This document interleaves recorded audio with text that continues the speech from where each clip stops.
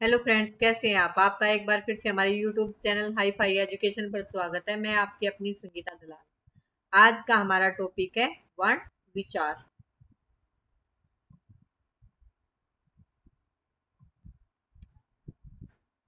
वर्ण भाषा की सबसे छोटी इकाई को क्या कहते हैं? वर्ण कहते हैं। भाषा की सबसे छोटी इकाई को क्या कहेंगे? हम वर्ण कहेंगे। या वह छोटी से छोटी ध्वनि जिसके और अधिक टुकड़े न हो सके वर्ण कहलाती हैं।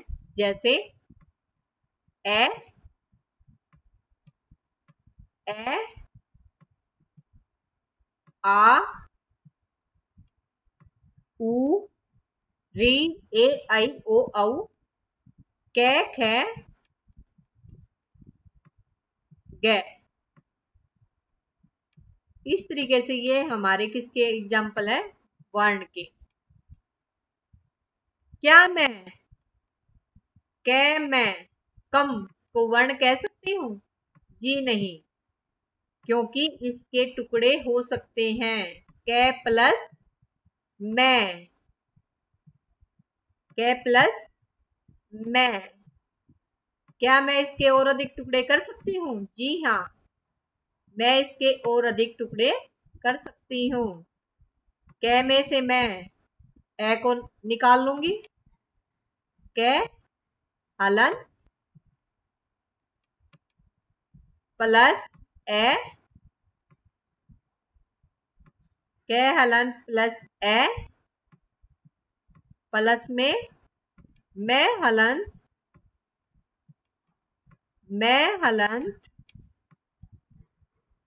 प्लस ए। तो इस तरीके से हमने ये कम का वर्ण विच्छेद कर दिया। तो जैसा कि आप देख पा रहे हैं, कै में कम एक शब्द है। जब यही शब्द वाक्य में प्रयोग हो जाते हैं, जब ये शब्दों का समूह बन जाता है, तो उसको हम क्या कहते हैं? पद। जैसे अनमोल विद्यालयम गच्छति, अनमोल विद्यालयम गच्छति। जब हम इन सभी को जो है अनमोल को अलग से पढ़े, या विद्यालयम को अलग से पढ़े, या गच्छति को अलग से पढ़े, तो हमारा क्या होगा कि ये हमारे पद बन जाएंगे। अब हम अनमोल को अलग से ले आते हैं। क्या मैं अनमोल जो शब्द है हमारा, उसके मैं क्या वर्ण यानी टुकड़े कर सकती हूँ? जी हाँ।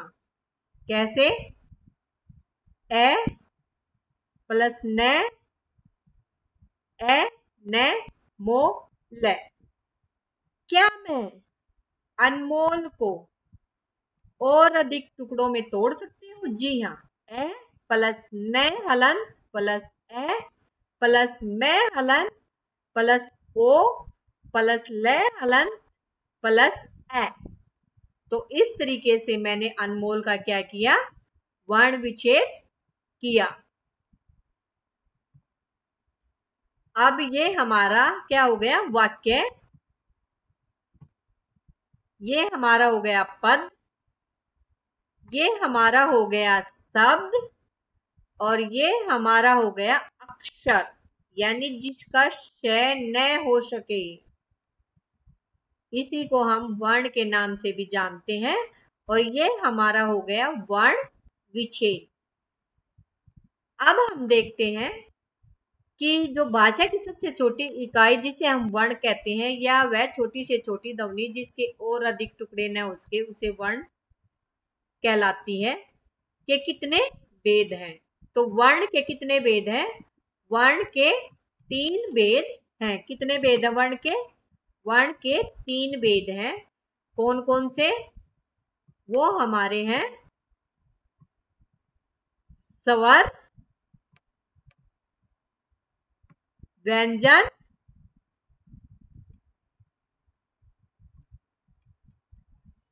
जैसे स्वर, व्यंजन और अयोगवा। स्वर संख्या में कितने हैं? 13 स्वर हमारे संख्या में है तेरा। जिसे अच भी कहा जाता है। स्वरों को संस्कृत में क्या कहा जाता है? अच। स्वरों को संस्कृत में अच भी कहा जाता है। स्वरों को संस्कृत में क्या कहा जाता है? अच। व्यंजन हमारे संख्या में है 33। व्यंजन हमारे संख्या में कितने हैं? 33। और व्यंजनों को हम हल भी कहते हैं। व्यंजनों को हम क्या कहते हैं? हल। उसी के साथ हमारा जो है अयोग वा, ये हमारे संख्या में 4 होते हैं।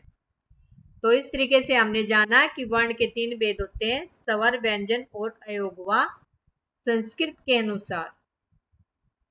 हिंदी में हम मुख्यतः संस्कृत के 2 ही भेदों के बारे में पढ़ते हैं, स्वर और व्यंजन के विषय में। तो अब हम आगे बढ़ते हैं। इसको मैं क्लियर कर देती हूँ। तो सबसे पहले हमारा आएगा स्वर। हम स्वर को सबसे पहले पढ़ेंगे। वे वर्ण जो दूसरे वर्णों की सहायता के बिना बोले जाते हैं, या ऐसा कहिए वह वर्ण जो समतर्त रूप से बोले जाते हैं, स्वर कहलाते हैं। जैसे ए, ई, उ, री, ली। अब हम बात करते हैं कि स्वर के कितने भेद हैं। स्वर के कितने भेद हैं? तो स्वर के हमारे 3 भेद हैं। कौन कौन से? स्वर के कितने भेद हैं? स्वर के 3 भेद हैं। कौन कौन से? असव स्वर, दीर्घ स्वर और प्लुत स्वर। नंबर 1 हसव स्वर, नंबर 2 दीर्घ स्वर और नंबर 3 प्लुत स्वर। हसव स्वर हमारे संख्या में कितने हैं? 5। हसव स्वर हमारे संख्या में कितने हैं? 5। ए, छोटी ई, उ, री और ली। अगर हम हिंदी में स्वरों की असव स्वर की संख्या ज्ञात करेंगे तो हिंदी में हमारी असव स्वरों की संख्या 4 है, लेकिन संस्कृत में ली को भी असव स्वर माना गया है, इसलिए संस्कृत में असव स्वरों की संख्या 5 है। उसके बाद दीर्घ स्वर। दीर्घ स्वर की संख्या हमारी कितनी है? 8। आ, ई, उ, री, यानी ये हमारा बड़ा री है।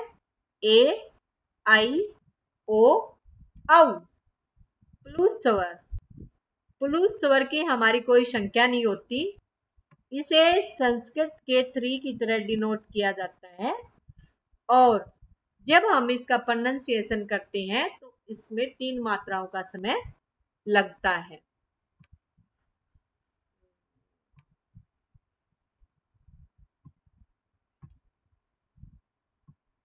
अब हम बात करते हैं हसव स्वर की।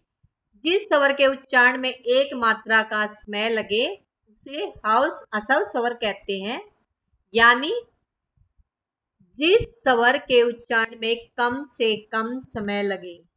यह संख्या में कितने हैं? 5। कितने हैं? यह संख्या में 5 हैं। कौन कौन से? ए, ई, उ, री और ली। असव स्वर संख्या में कितने हैं? 5। इन्हें एक मात्रिक भी कहते हैं और इन्हें मूल स्वर भी कहा जाता है, क्योंकि ये समतर्त रूप से बोले जाते हैं। इनको बोलने में हमें किसी की हेल्प नहीं लेनी पड़ती। नेक्स्ट हमारा है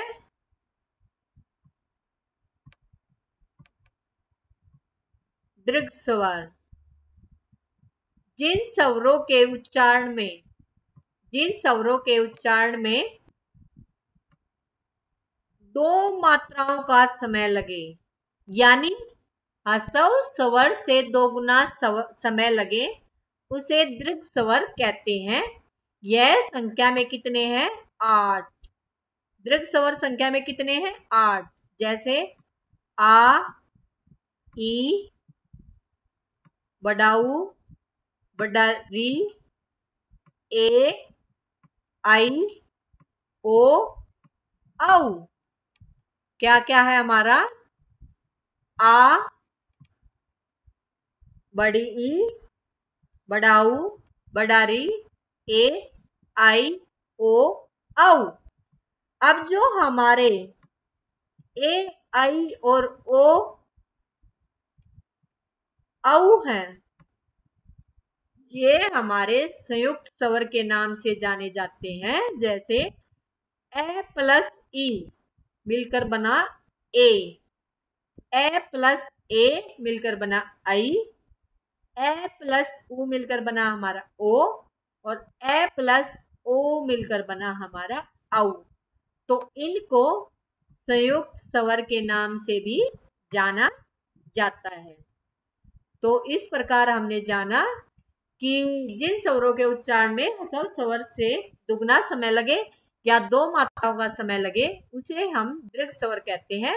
यह संख्या में 8 होते हैं। आ, ई, उ, री, ए, आई, ओ, औ।